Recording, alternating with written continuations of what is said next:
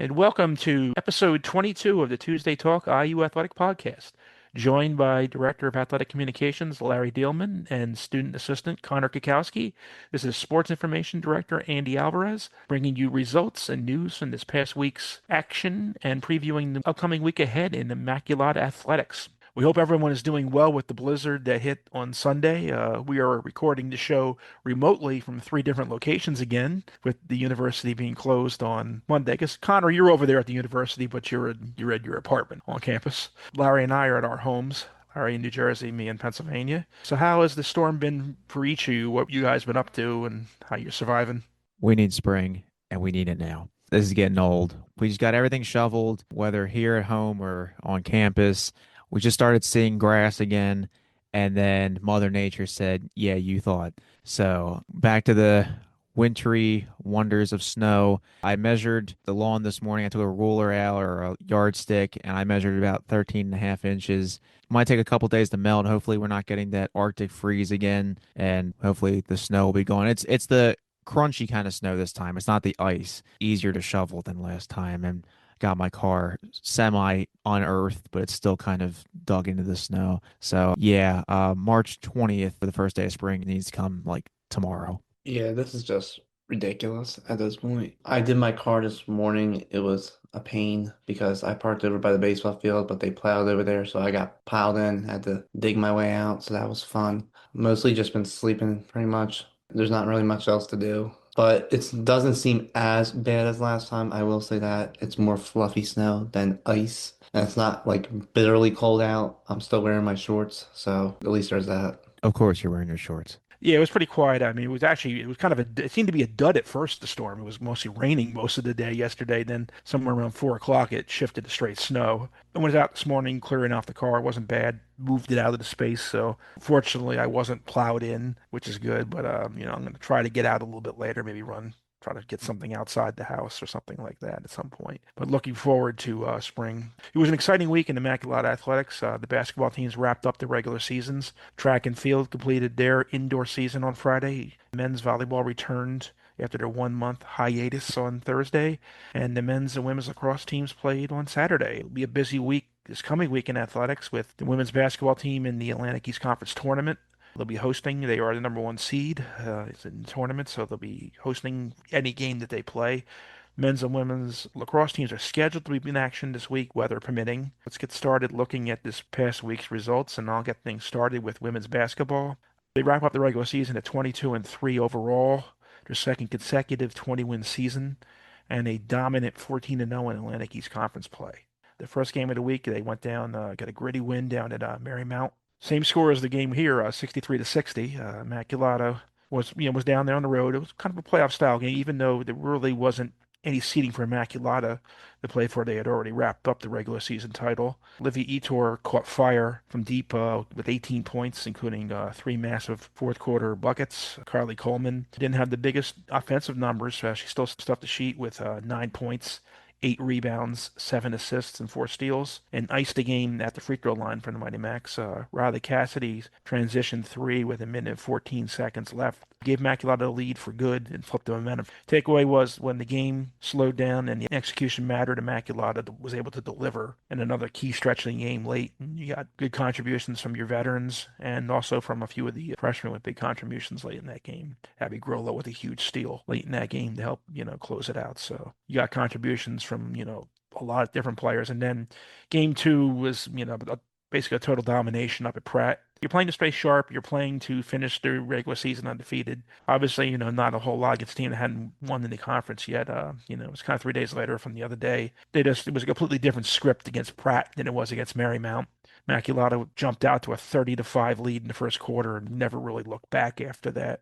Some of the highlights you look at, 12 players scored, 46 points off the bench, plus 26 rebound margin, 30 points off turnovers, and they held Pratt to about 16% shooting. Carly Coleman with her second triple-double of the season. We'll have to go back and really look at that. See, 'cause I think in a modern era of Immaculata basketball, only the fourth triple-double since like 2008. I don't think there's been anybody's had two in a season. Maybe going back pretty far. I'll have to dig back into the records to see about that. So, and she did that just 19 minutes of playing time, a triple-double. So 13 points, 10 rebounds, 10 assists. I get used to saying double doubles for her because it's best of every game, exception of maybe like three that she didn't have a double double this year. Julia Pohl added her second double double of the season. This time, 10 points, 10 rebounds. Money Max racked up 29 assists and 36 field goals. Really kind of ran a clinic in ball movement. Wasn't just a win, it was kind of a real depth showcase for them. And for her efforts this week, Carly Coleman was named the Atlantic East Conference Defensive Player of the Week for the fourth time this season, and it is the seventh consecutive week that she's either been Player of the Week or Defensive Player of the Week in the Atlantic East Conference. So I think she is a very strong candidate for end of season awards in basketball this season. Obviously, because of the snow, the playoffs have been bumped back. The first round game will be Tuesday. The semifinals will be on Thursday. Championship game is still Saturday. Immaculata will face the winner of the number 4 Newman versus number 5 Centenary first round matchup at Newman on Tuesday. In the semifinals, they'll be hosting them here at Thursday at Alumni Hall at 6 p.m. If Immaculata wins the semifinal, they will host the championship game at Alumni Hall on Saturday. Time could either be 1 or 2 p.m. depending upon the code calls for 2 p.m. They've talked about maybe playing at 1 p.m. It all depends what gets worked out with the conference, but obviously we have to get there first. So we'll see how things go, but we're looking forward to another home playoff game, and another great atmosphere here at Alumni Hall. What's your guys' thoughts on women's basketball? Yeah, just pure domination from the women's basketball team. They have just been lights out in conference play. And, the Marymount game being the same score is actually pretty interesting coming down to the wire. And no matter if it was here or in Arlington, they were able to get those clutch wins when it mattered. And then the Pratt game just was another level. I mean, 30-5 is disgusting in a good way. 30-5 right off the bat. Carly Coleman triple double in 19 minutes is borderline unheard of. I mean, even like in the NBA, it's hard to do that in less than 20 minutes. So she was just on point the entire game. And, I think Pratt had like more rebounds than points, which, just shows that, Immaculata was just ready to play on Saturday. It was good that Coach Whalen was able to put the bench unit in relatively early and get everybody involved. Obviously you don't want to risk any injuries. And once the game is secured and the number 1 seed is secured, you might as well just, test out your depth. And you never know who needs to be called upon when the playoffs arrive. So getting everybody some reps definitely helps. And we'll be tracking that Newman Centenary game, see who's coming to Alumni Hall on Thursday. And everybody pack Alumni Hall. We could use all the support, and hopefully we can play on Saturday too. On the semifinal game, SAC and SGA are collabing on a whiteout. I'll have a graphic up later today on that, so everyone wear your white for that. I was talking to Britt about that last night, and we're gonna have a t-shirt launcher too during halftime. So tell your friends, tell your neighbors, pack the gym. But yeah, you guys hit all the main points. I mean, Harley Coleman this is just, can't even put into words what she's done this year. It's hard to believe. Just every game is just something new every game. It doesn't even surprise you of how dominant she's been all season. I'm gonna go on vocal rest so I can call for you on Thursday night, Larry's, because it's gonna be loud. Well, since it's a women's game, I'll be doing it for you. I thought you were taking the Saturday. My mistake. I guess I'm doing this. Oh boy. Nah, you're starting a playoff game, buddy. Just saying. All right, switching over to men's basketball. Men's basketball wrapped up their season this week with a 1-1 split. They faced Marymount and Pratt, just like the women. Against Marymount, it was a 97-52 final for the Saints. However, Dylan Cruz became the 9th player in Immaculata men's basketball history to eclipse the 1,000-point threshold. And he also led the team in that game, 21 points, 5 assists, and 3 blocks. Jalen Flowers had 4 steals off the bench. It was a slow start for both sides, but a 19-0 Marymount run was the deciding factor. And at the end of the game, Kyle Stramera, the head coach, put in the seniors to get them some final playing time in front of the home crowd. So it was nice to see that. Against Pratt, the men snapped their 5-game losing streak to end the season. They picked up an 84-79 win over in Brooklyn. Dylan Cruz led the team in his collegiate finale with 12 points, 4 assists, and a block. Dom Vacchiano had a double-double of 10 points and 12 boards. Robbie Conyer, 11 points and 8 boards off the bench, including a career-high 5 offensive rebounds. Immaculata led at halftime 37-32 and pretty much held it together for the remainder of that game. The Cannoneers tried to cut into the deficit multiple times, but the Mighty Macs got it done at the foul line and were able to put that game away. For his efforts, Dylan Cruz was named to the AAC Weekly Honor Roll for the final time for his career. Men's basketball finishes their season 5-20, 4-10 in AAC play, and the Pratt game on Saturday was the first road win of the season for the Mighty Macs. So they're ending on a high note. They actually had a road win earlier this season against Sarah Lawrence, but it was technically a neutral game because that was played at Washington College. So to get that first road win, I think Kyle Stramara and his coaching staff are happy about that. Guys, tough season for men's basketball overall, but there were some positives, and hopefully we can see some results starting next year. Yeah, it was a little rough at times this year. They were competitive at portions for many of the games. They were in the games. So had a little difficulty at sometimes closing those games out. But we had some exciting games at Alumni Hall, beating Newman that day, getting to sweep over Newman with the men's and women's. That was a great moment to have happen that day. And obviously the other night, Dylan Cruz hitting that 6,000 points was really exciting. Great kid, great player, great student athlete here at Immaculata. Pleasure for me to be on the call, play-by-play call when he hit that shot. So that was a lot of fun, and I think there's going to be good things in the future for the men's basketball program, and I think they're in good hands. And we look forward to seeing how they develop coming back into next season.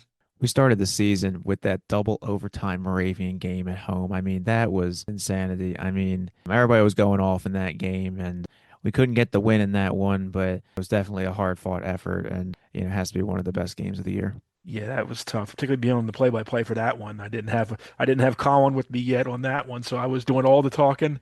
By the end of that second overtime, I didn't think I had any voice left for that. We just couldn't pull that one out. They ended the season on a high note, which is good. Happy for Dylan to get his 1,000 points in that Marymount game. And yeah, they battled all year long, but unfortunately, in the world of sports, there's still ups and downs, and you learn from it. So hopefully, next year they come back better than ever.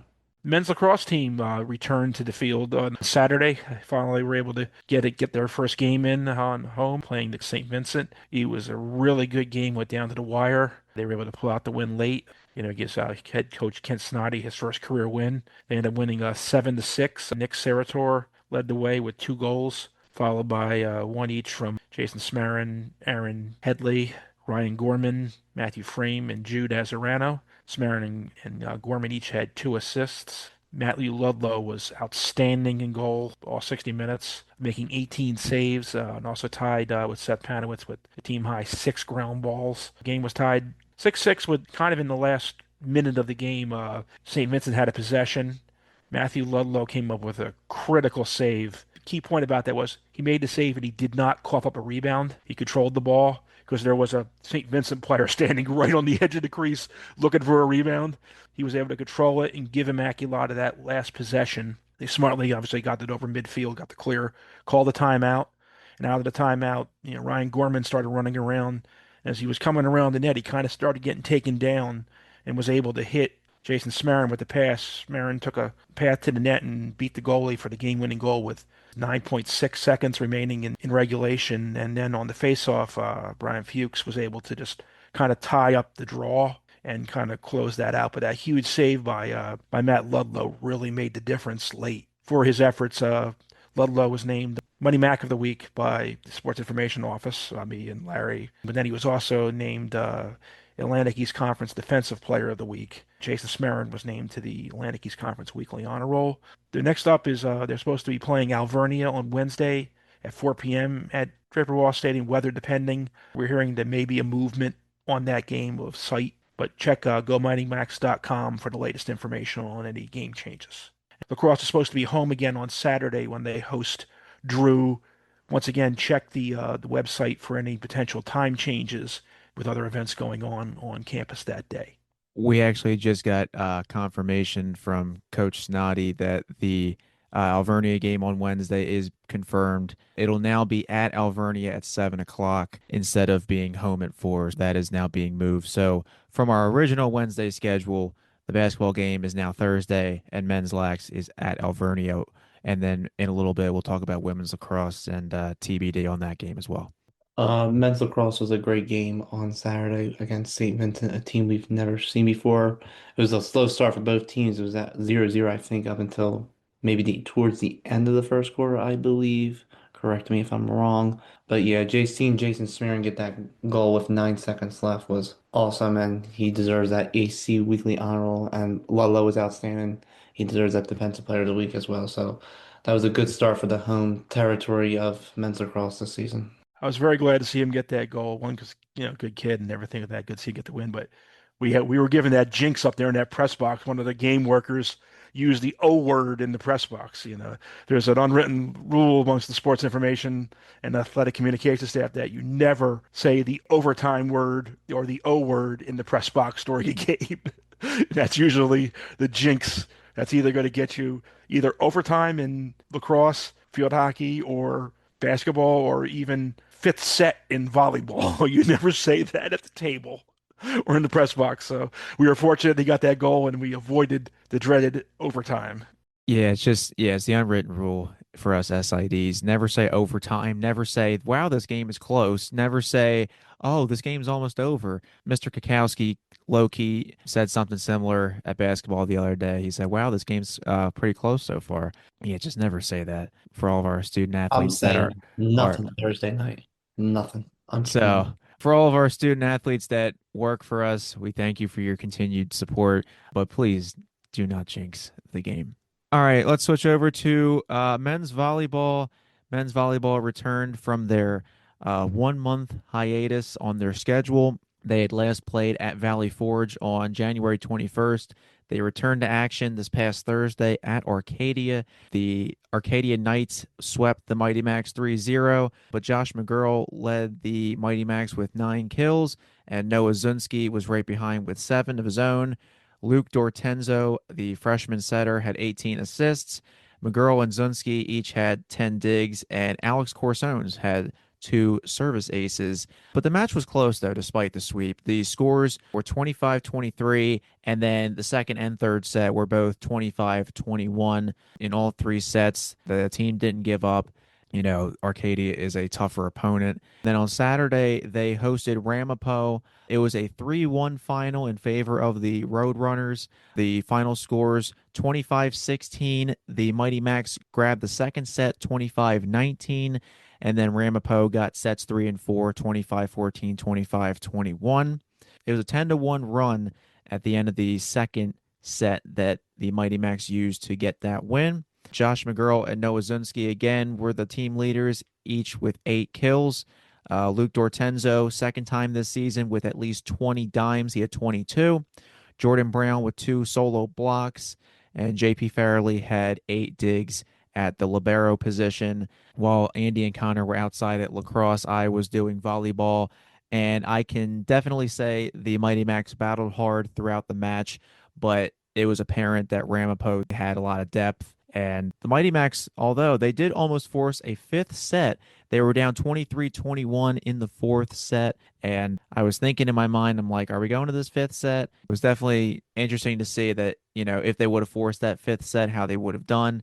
However, they will get the rematch later this season against Ramapo. They'll see them again on Friday, March 27th, up in Mahwah, New Jersey. So we'll see if they can get that win, see if they can be competitive as they were on Saturday. And for his efforts, Josh McGurl was named Defensive Player of the Week for the United East Conference. Remember, men's volleyball is in the United East, not the Atlantic East. So Josh McGurl was named over in the UEC. Their next match will be on Tuesday, March 3rd, 7 o'clock over in Alumni Hall. They're going to host Gallaudet for the UEC Conference opener. So, guys, there were some bright spots for volleyball this week. I think the addition of Mary Kirshner, who is the men's assistant coach, but she's also our head women's coach. I think the addition of Mary was helpful, and she's already leaving her fingerprints on these results. Hopefully, they can get back into the win column over Gallaudet. Yeah, I think that was a good addition for them. And I think that I was looking through, I wrote the recap on Thursday. So going through that box score, you can see that it appeared to be a real competitive match and that they were able to have opportunities to compete in that match. And same thing with the Ramapo match. You had a couple late service aces by Zunski, letting them win that one set. I think there's definitely some good things ahead. It was good to see, Josh McGurl earn, their first award as a member of the United East Conference, and it'll be interesting to see how they do in another week when they roll into conference play and start playing some games against the United East opponents who are the kind of been the normal opponents they've seen over the last few years as an independent have been the United East teams. So I think that'll be good once they start playing with them. Yeah, they've seen a lot of these UEC teams over the years, so nothing too crazy with teams they haven't seen before. But yeah, they had some good efforts, especially in Arcadia and Ramapo. I mean, they were able to guess that Ramapo staff was good, and adding Mary to the coaching staff definitely helps and can definitely help them continue, hopefully get some success down the line. Switching gears now to indoor track and fields who wrapped up their 2025-2026 indoor season on Friday at the Ocean Breeze Athletic Complex in Staten Island, New York for the Fast Track Last Chance Invitational. It's a bank track. For those of you that don't know what a bank track is, kind of has like a ramp, kind of like a speedway kind of. So it's like always like a fast track and that's where everyone goes to get their PRs before the championships most likely. The race was highlighted by several IU program records, starting with the women's. Jackie Leone placed eighth in the 800-meter run with an IU program record time of 2:29:01. Aubrey Donahue finished seventh in the 3,000 meter with an IU program record time of 10:43:12. The 4x4 meter relay team of Aubrey Bickford, Jackie Leone, Jillian Humphreys, and Jayla Gross closed out the meet in style capturing first place in 4:28:89 while setting another IU program record. In the weight throw, Maggie Friend recorded marks of 9.6 meters and 9.34 meters, setting the IU program record twice in the event and finishing eighth overall. On the men's side, Colin Corkery finished seventh in the weight throw, 13.93 meters. That's a personal record and IU program record. So he set the school record on the first row and then he did it again on the second. So he set the record, then broke his own record, his second throw, which I don't remember what that was. That is currently the IU program record. Joseph Pierre Jacques finished second in triple jump at 13.10 meters. He finished 12th in 60 meters with 7.5 seconds. Jonathan Olaleye finished 14th in the 60 meters, 7.6 seconds. The race was also highlighted by a bunch of personal records across the board. I think pretty much everyone had a PR at this race, so that was good to see and a good way to close out the indoor season. The Mighty Max track and field team returns to action on Friday, March 20th at Westchester University for the Purple and Gold Open. That will be the start of the outdoor season. Previewing a look ahead at the outdoor season, I know that we'll be at Westchester, Moravian. Obviously, AC championships are here at Immaculata on March 2nd and March 3rd. Oh, and it changed too. On April 11th, instead of Westchester, that is being switched to his alma mater at the Sales. So there's definitely going to be a lot of good competition in the outdoor seasons for the track and field team. And it was obviously highlighted by a good finish to the indoor season.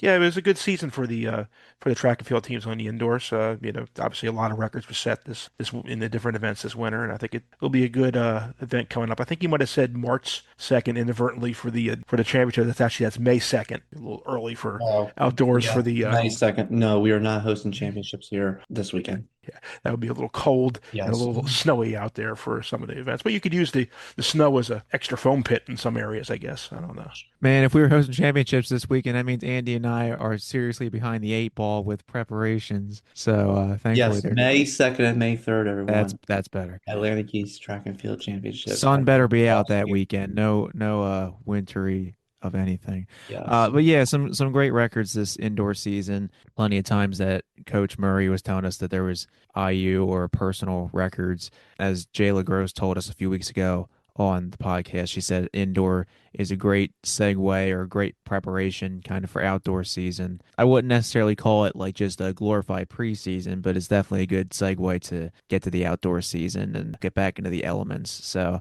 some great records overall. And hopefully we can see some great results in the outdoor season. But for now, you guys get that 1 month hiatus where you can get back to training and maybe get back in the outdoors sometime soon and not be practicing in the snow. Yes, for sure. Switching gears once again now to women's lacrosse, who had their season opener up at Alvernia this past Saturday. It was a tough game to start the season, an 18-3 final. Elizabeth Mahmood scored 2 goals and had 7 draw controls in her Immaculata debut, Once again, she transferred from D1 St. Francis. Alea Piperito scored a goal and assist in her collegiate debut. Carly Oberg caused two defensive turnovers, and four players scooped up a team-high three ground balls that included Morgan Barnes, Bailey Knight, Abigail Granary, and Brooke Kukowski. Abigail Granary went the full 60 minutes in the net and recorded 13 saves. Immaculata and Alvernia tied 11-11 on draw contos. So most of the team is underclassmen. It's obviously been a little hard with the training and everything with the snow that we've had this season. So it might take a few games to find rhythm for the women's lacrosse team. Up next, this is weather permitting, is Notre Dame of Maryland, which is set at this moment to take place on Wednesday, February 25th at 7 p.m. Again, weather permitting, that's all up in the air right now. But obviously a tough start to the women's lacrosse season. But like he said, just getting the rhythm, maybe just a first game can help them joggle, in the right mode, and hopefully they have a better season down the line. That was I'd say a tough game in many ways for that team because obviously, conditions have limited access to a full field for practice at times. But also that was a tough day where they got up there and you have an hour and a half delay, problems with the officials scheduling, getting moved around and everything like that. So you get up there and you stand around and kind of wait and wait and wait, and then you get put into a game. And they'll have some additional players available to them when basketball season ends too. To the lacrosse, the women's lacrosse team has a couple players coming over from women's basketball that are joining them. And so I think once they get some more time on the field, get some work together, I think you're going to see them more competitive in games. And that game kind of leveled off at a certain point too, a little bit. It was a big start for Alvernia. The first six, 7 goals, some of the 6 goals, I think it was. And then, they got a goal, and then they kind of in the second half it kind of shifted a little bit. So hopefully, some good things going forward for the team. Yeah, tough one to start the season, but like Connor said, it's been hard to get some reps in on the field with all the snow and just the bitter cold outside. So that's been tough. And with the underclassmen, a young team is, you're not maybe going to see results right away.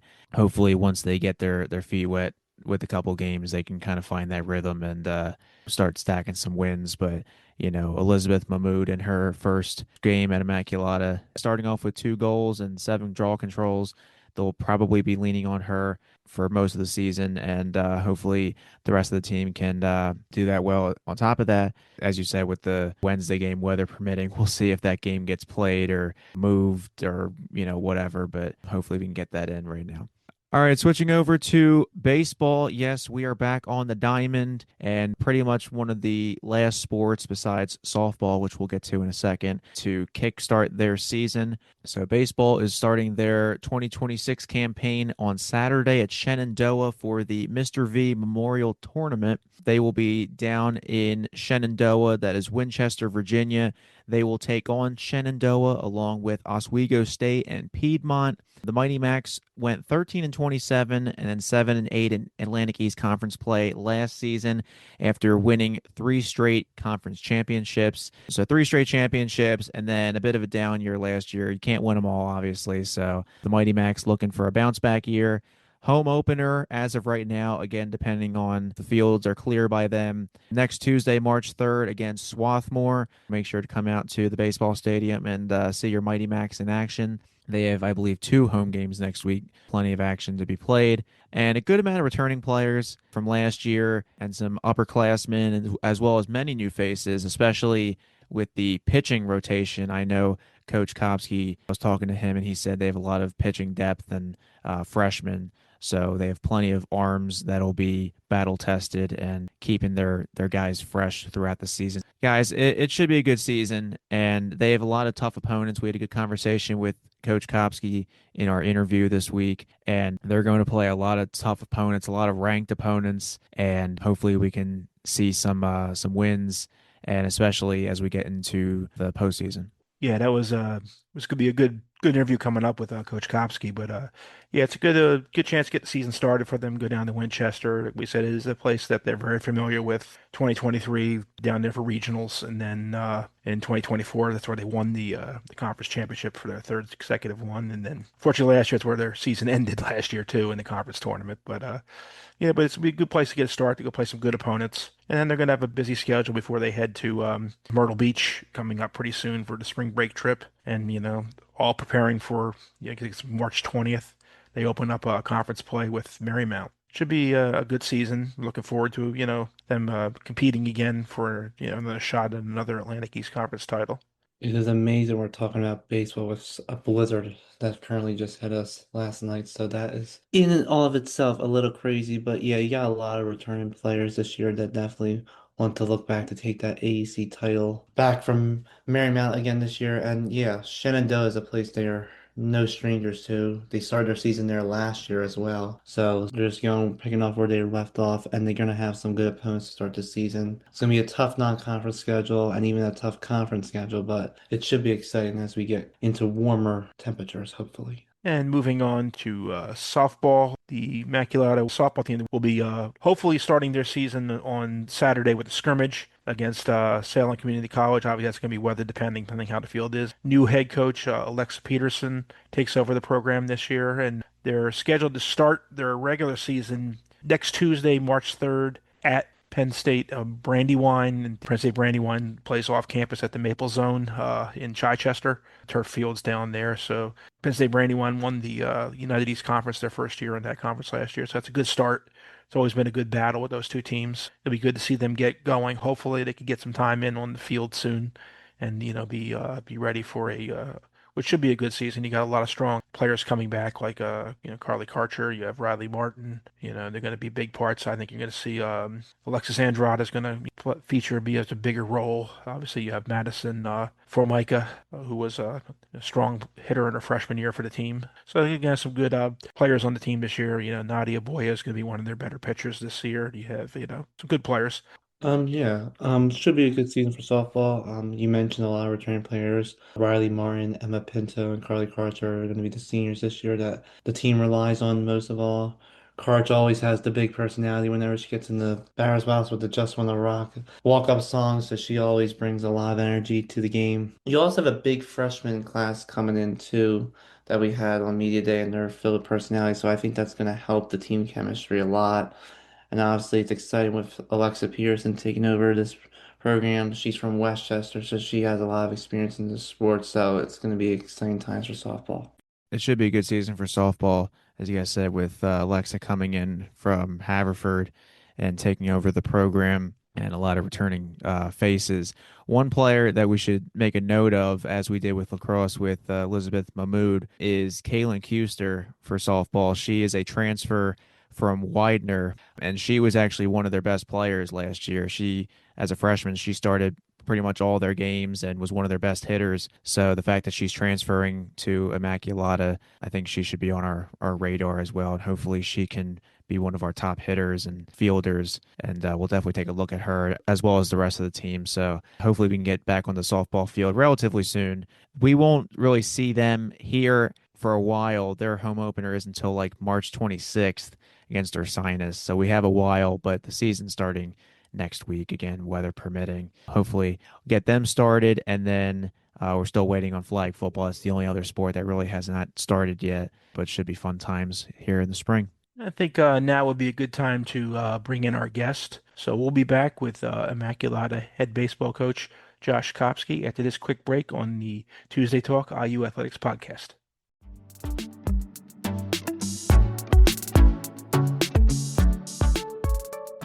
And welcome back to the Tuesday Talk IU Athletic Podcast. We are joined by Immaculata Baseball head coach Josh Copskey. Welcome to the show, Josh. Yeah, thanks for having me, you guys. Really excited to be here, Andy. Obviously, you got the season starting this week on the road in the Shenandoah tournament. How did you get your start with baseball, and what drew you to the game? My start with baseball was probably just a start in sports in general. I grew up in a competitive family. My father really pushed my sister and I at a young age to just strive to be the best versions of ourselves, even from the age of like 10 years old and on up.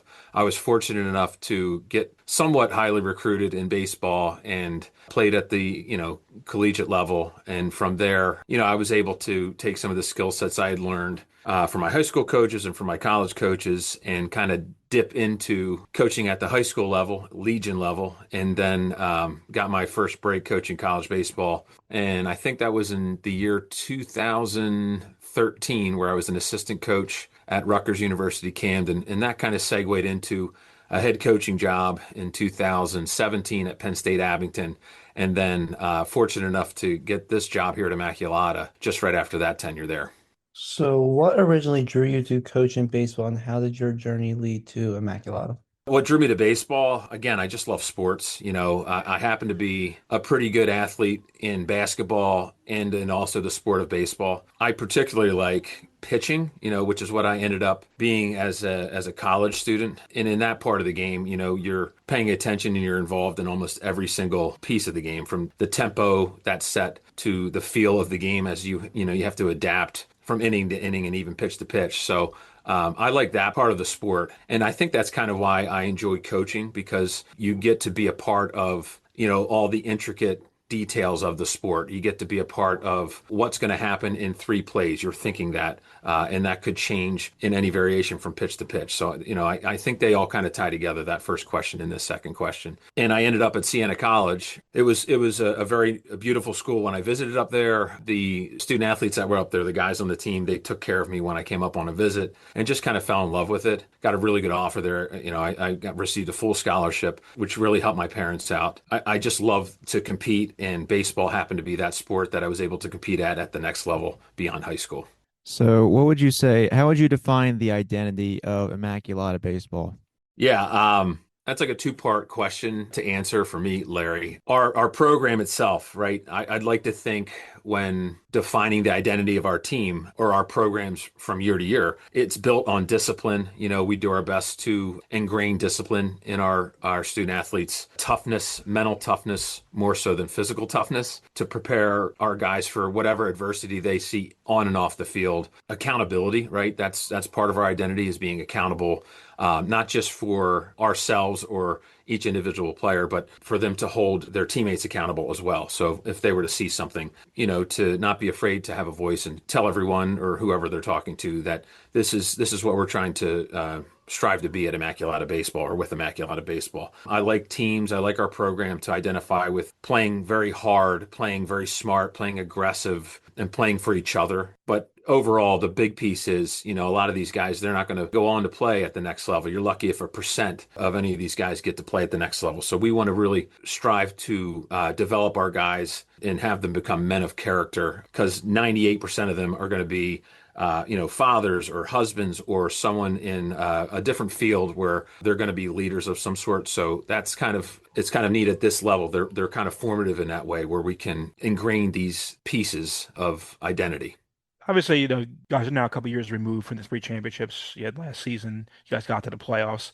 What excites you most about this year's team, and what are some of your goals for this season? Yeah, thanks, Andy. You mentioned those three championships a couple years ago and what we did last year. We as a coaching staff and really as a program have a mindset of year to year, right? And we try to think not rebuild but reload. We have what I think is going to be a strong nucleus of young talent and upperclassmen. I'm excited because these guys have really put in the time. They've showed up not just in the classroom and not just in study hall, but they've showed up for early morning practices, early morning lifts, early morning swims, late night practices, practices in cold weather, maybe not the most feasible, ideal situation for guys to want to practice in. And they just show up, they grind out, they don't complain. And I think that really adds to some of the character of what these guys will be able to show on the field. Our goal this season, to answer the second part of that question, is really to be playing the best brand of Immaculata baseball by the end of the season, right? So we've got to find, through these first, month and a half to 2 months worth of baseball, what's going to be the best team that we can put out on that field come conference play. And hopefully we have a chance to compete for a conference championship and go beyond. But the bottom line is we need to be playing our best baseball at the end. So I think that would be our goal, is to get 1% better each time we're out in that field. So speaking of the start of season, the team is opening their season, the tournament at Shenandoah this weekend, like a place you guys are familiar with. You're gonna have some strong opponents, including Shenandoah, Piedmont, I think that's how you say it, and Oswego State. So what are your goals for the team early on in this season? I think it's Piedmont, actually. To answer your first part of the question, we do open up this coming weekend, and it's exciting to be able to get back out on the field. We just received another 8 inches of snow in my neck of the woods, and other parts of the state received more, so it's nice to know we're going south and we're going to be able to play in a really great complex and on a great field. Since I've been coaching here in my previous regimes at other institutions, I've always been of the mindset of playing the best competition possible. I really believe that one, that shows your current program what good programs look like if you're not up to that par. And two, it really identifies some places that you need to improve on, right? And thirdly, I'll even mention if you win some of those games and you don't happen to win your conference championship, it does give you a little bit of leadway to possibly earn an at-large bid. So there's a three-part answer to that. But really, I just want to play the best teams possible. I want to see where we stack up against those guys. We are playing three really good teams in Shenandoah at their tournament. Shenandoah University, year in and year out, is very strong. Piedmont is a very strong baseball program, and so is Oswego State under Scott there. So we're looking forward to getting our guys out there and just seeing what we can do and where we stand against those guys. We then travel down to Myrtle, and we also play a very strong schedule down there. I think we play 9 games in 8 days or something along those lines. So it's a lot of baseball in pretty decent conditions, and we're going to see what our guys can and can't do. In addition to the Shenandoah tournament, as you mentioned, you guys try to play some of the strongest teams across not only the area, but I guess D3 in general and non-conference play in Myrtle Beach. I was looking at d3baseball.com and the top 25 poll, and you guys play some of the tougher teams in there. Arcadia, I think right now it's the preseason poll, but Arcadia is receiving votes. You guys play Rowan, my alma mater, but they're usually a very strong program. Salisbury is usually up there and everything. So what do you guys hope to accomplish prior to the AEC play against Marymount on March 20th? You guys have plenty of time, obviously, before that conference opener, but what are you guys looking to do now versus once you do hit conference play? We do play some pretty tough non-conference opponents. And again, just to piggyback off of what I just mentioned, if we can play and stack up against, some of these teams that we're playing in non-conference play, it should, in theory, get us ready to play our conference opponents. We do open up with Marymount in conference this year, and they're very strong. They won it last year. Their preseason voted number one. And Mike Cassidy, their head coach, their skipper, he has those guys ready to play at all times. And not just Marymount, but the other teams in our conference, Newman, Centenary, Gwinnett, and St. Elizabeth coming in, and Marywood, right? These coaches, they get their boys ready to play, and every conference game is a meaningful one. But I would say, really, I want our guys to play good competition. I want them to see what good programs are doing. I want them to see where we stack up against them. I want them to see where we are falling short in some areas and some things that we are doing right even. If certain things we're doing work against these good teams, they should work in theory against anyone, right? So we're just really trying to get our guys as prepared as possible to play conference teams. And if we do make any mistakes, we'd like to nip those in the bud as soon as possible. What life lessons do you think baseball teaches better than maybe some other sports might?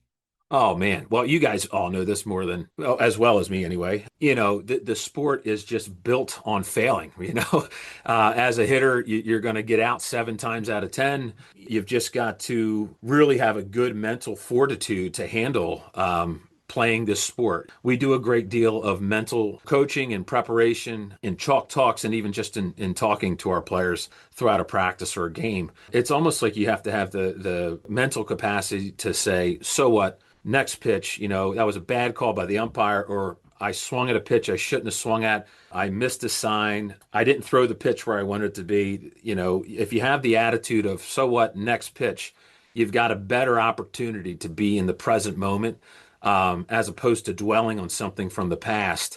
If you're dwelling on something from the past, even if it was just 10 seconds ago, there's no way you can be 100% ready to go for what's about to happen. So I think that's a huge piece to take away from this sport.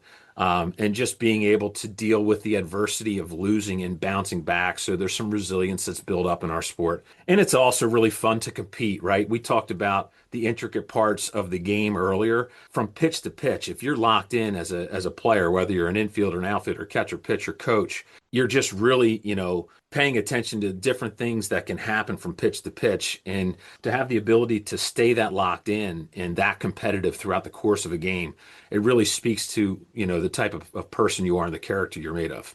All right, let's talk about some favorites. So, what would you say your favorite baseball movie is? And I know there's a gazillion of them. And maybe what's your go-to pregame meal, or what do you guys have on the aux? We talked to Ken Snoddy for Men's Lax. He said they're trying to get their playlist together. So, what would you say is your favorite baseball movie and pregame meal, or what you got on the aux? Oh man. So favorite baseball movie. There's a lot of them. My favorite overall sports movie is going to sound crazy, but I love Hoosiers with Gene Hackman in it with that early Indiana high school basketball team. I guess The Natural, right? I love the Robert Redford Natural movie. That's up there. I like For the Love of the Game. That talks For the Love of the Game really hits you with the mental piece we were just talking about, because he's always in his own head and he's self-talking with little tips here and there. Yeah, I would guess those two. The Natural's fun. That's one of the first movies I remember seeing anyway from a baseball movie standpoint. Pre-game meal, I'm not picky, Larry. So, I mean, I'll eat whatever I can get. My wife, she makes some great food at home, so whatever she makes before a game for me, I'm locked in and ready to go. But you can't be too picky these days. Just be happy to take what you can get. And on the auxiliary, I like anything. I'm a '90s rock kid, so any alternative rock from the '90s, I can get down with. We got to set up like a Immaculata Field of Dreams game or something. Get like a conference game, do like Field of Dreams. I don't know, go out to Iowa or something. Yeah, well, they have the corn stalks on the other side of campus there, so. Close enough. There used to be an athletic field next to that over there time ago, in the old days of the university, or it was a college then, actually. So To wrap it up here, what is the best advice you ever received? Oh man, it's going to be something for my father. I guess, at one point I didn't know what I wanted to do. I got the opportunity to coach at Rider University and didn't make much money as an assistant coach there and was kind of torn, right, with how to pursue a career in baseball. So I stopped coaching at Rider after 4.5 years, went back to my roots of what I learned in college with accounting and marketing and management, and ended up working for a CPA and a CFP and made a great deal of money doing that, working for an incredible boss. And that boss ended up getting a job coaching college baseball. So I got another avenue to coaching college baseball. In coaching at Rutgers and Camden, I had the opportunity and was offered to be a head coach. And at that point, I probably was talking to my dad, and my dad said, "Hey, you're good at whatever you want to put your mind to, but do what you love. I love coaching. I love giving back. I love seeing players develop, not just on the field, develop, fundamentally, but like who they become by the end of their 4 or 5 years as a student playing under me." So that's all really big to me. And seeing those guys walk at commencement and earn their degree from whatever program they decide to choose is really what makes it worth it. But it's a lot of fun to coach. I know my dad would have said something along those lines, but do what you love. So I kind of ripped the Band-Aid off and took that job and have been doing it since. we thank you for taking the time to talk with us today, Josh. We're all remote here today with the storm and everything like that, so we're all in different locations. But we appreciate you joining us, and we're looking forward to the season and getting back out there. Hopefully, at some point, back to the baseball field for some games on campus. Should be fun. Yeah, thank you. Yeah, you're right. We just got rid of the snow and now we got a whole layer on there again. It was great talking to you guys this morning, Connor, Larry, Andy. Thank you guys so much for thinking of me and providing these questions to answer. So you guys enjoy your day and looking forward to getting going as well. And we'll be back after this quick break on the Tuesday Talk IU Athletic Podcast.